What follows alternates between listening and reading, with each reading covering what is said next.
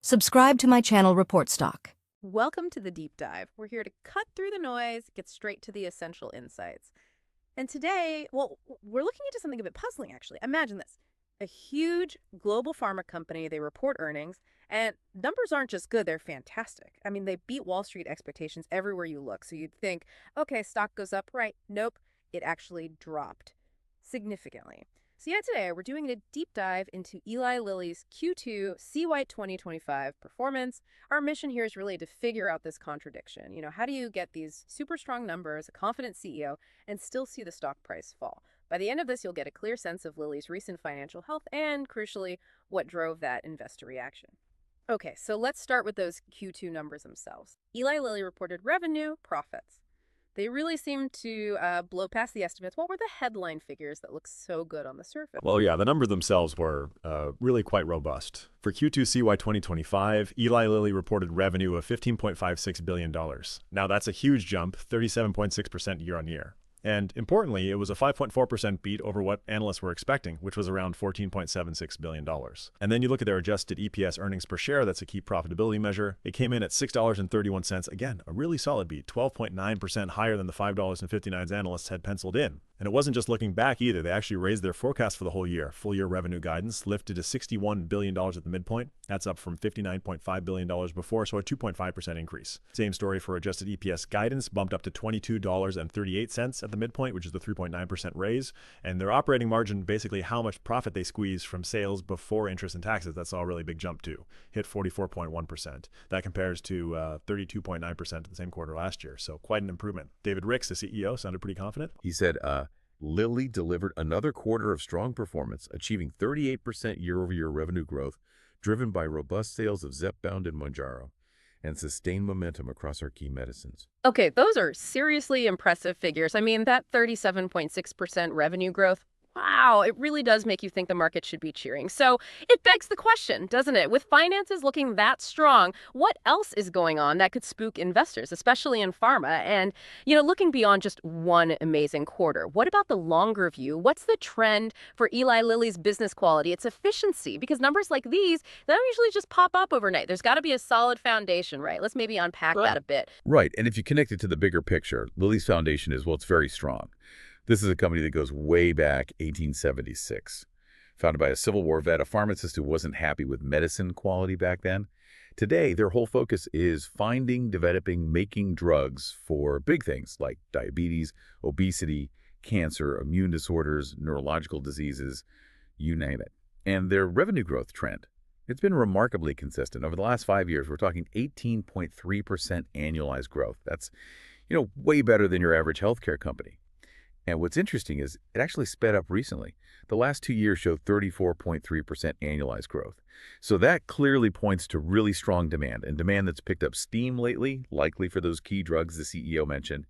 Even looking ahead, analysts are forecasting 23.2% revenue growth for the next 12 months. Now, okay, that is a slowdown from the last couple of years, but for a company this massive, that's still, as they say, eye-popping. Right, maintaining that kind of pace at their scale is pretty incredible. Exactly. It really speaks to how well their current drugs are doing. Yeah. And then there's efficiency. Lilly's been a standout there, too. Their average operating margin over the last 5 years, 26.3%. That makes them one of the more profitable players in healthcare. And that margin has been improving. It actually rose by 10.6 percentage points over those 5 years. That shows real operating leverage. Meaning their profits are growing faster than sales. Precisely. As sales go up, their fixed costs get spread thinner, making each extra dollar of revenue more profitable. It also climbed 8.2 percentage points just looking at the last 2 years. And this quarter, as I mentioned, it jumped 11.3 points year on year to that 44.1%. So definitely getting more efficient. And then the earnings per share story. Equally impressive, really. EPS grew at, an astounding 21.6% compound annual rate over the last 5 years. That's even faster than revenue grew. Okay, so profitability per share is really accelerating. Yeah, and that's been turbocharged by two main things. Those expanding operating margins we just talked about, and also they've been reducing their share count slightly, about 1.2%. Fewer shares mean the profit is divided among fewer owners.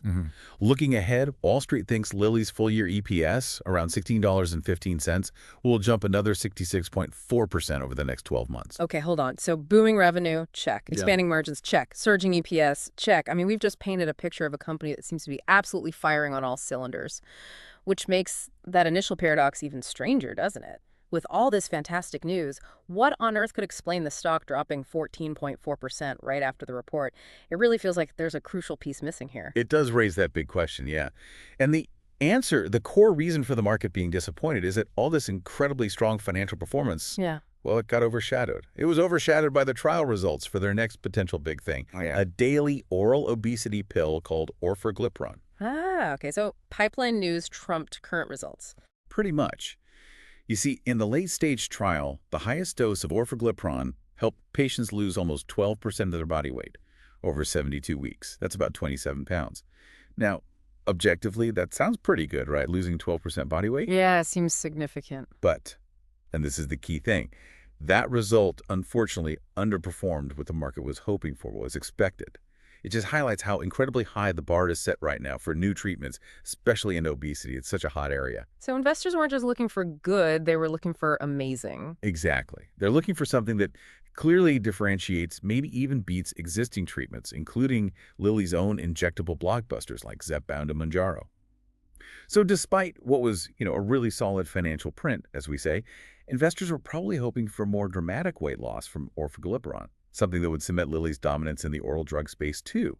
And when the results weren't quite wow enough, well, that led to the shares trading down sharply, hitting $639.81 right after the news broke. Wow. So we've really seen a fascinating paradox unfold today. A company delivering truly exceptional financial results right now, yet the market reacts negatively because of results related to a future product. It's such a powerful reminder, isn't it, that even stellar current performance can get pushed aside by those sky-high expectations for what's coming next down the pipeline. Indeed it is. And while, one quarter's performance definitely matters, this Eli Lilly story really hammers home the point that the market often focuses much more on the longer-term picture. Things like the overall quality of the business, the potential in that future innovation pipeline, those are often far more critical for understanding how a company like this is actually valued. So maybe a final thought for everyone listening. Yeah, what does this whole Eli Lilly Q2 situation tell you about that tricky interplay? You've got strong current financials on one side, the promise and risk of future innovation on the other, and then these sometimes maybe unrealistic market expectations layered on top. Especially in a sector like pharma, moving so fast, where the next big drug really can change the game entirely. It's definitely something to keep in mind as you look at other companies. Subscribe to my channel Report Stock.